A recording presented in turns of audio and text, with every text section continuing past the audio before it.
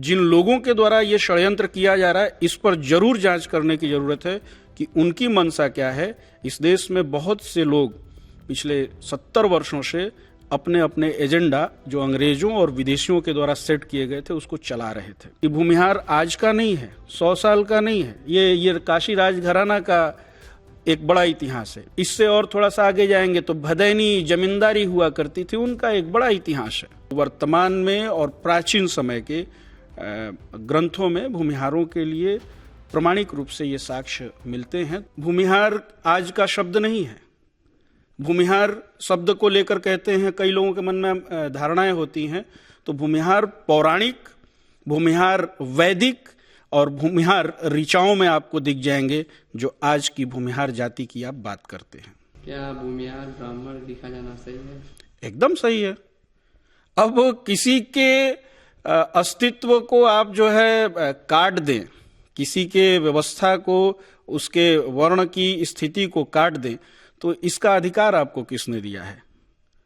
आपसे मैं प्रश्न कर रहा हूं कि यह अधिकार किसने दे दिया कि किसी जाति का वर्ण आप काट दीजिए? यह अधिकार क्षेत्र से आपके बाहर है। ये उसका स्व का, विवेक का और उसका अपना विषय है।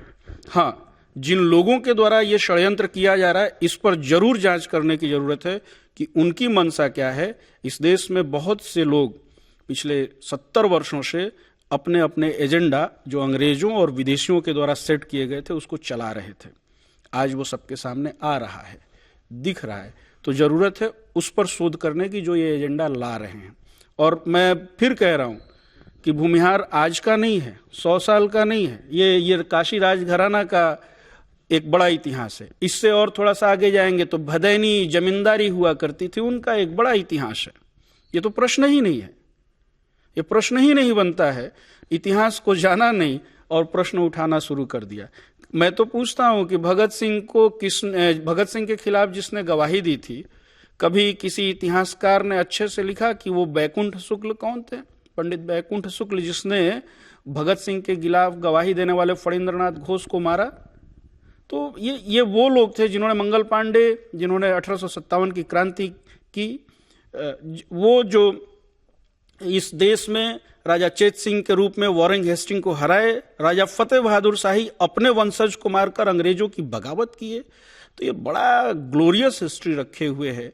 लेकिन वो मानसिकता वाले जो अंग्रेजों की मानसिकता के थे, वो मानसिकता वाले जो दूसरों के केदारनाथ मंदिर का विरोध करते हैं लेकिन काशी में विश्वनाथ मंदिर बना दिया, उसका विरोध नहीं है।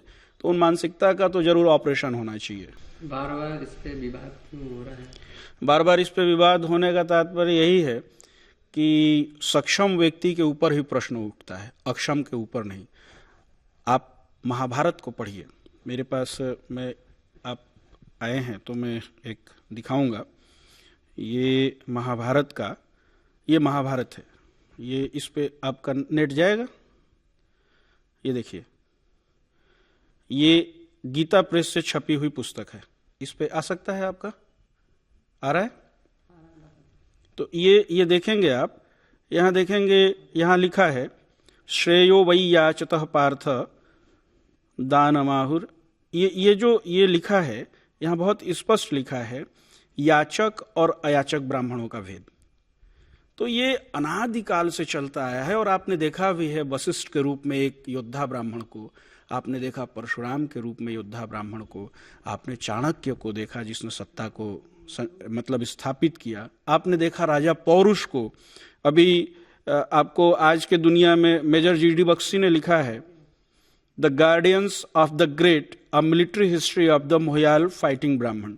इस बुक में उन्होंने भूमिहारों का भी उल्लेख किया है। तो ये बहुत से आपको वर्तमान में और प्राचीन समय के ग्रंथों में भूमिहारों के लिए प्रामाणिक रूप से ये साक्ष्य मिलते हैं। तो उसके मूल से किसी को भी छेड़खानी करने की, किसी को भी बदमाशी करने की इजाजत कभी भी सभ्य समाज नहीं देगा।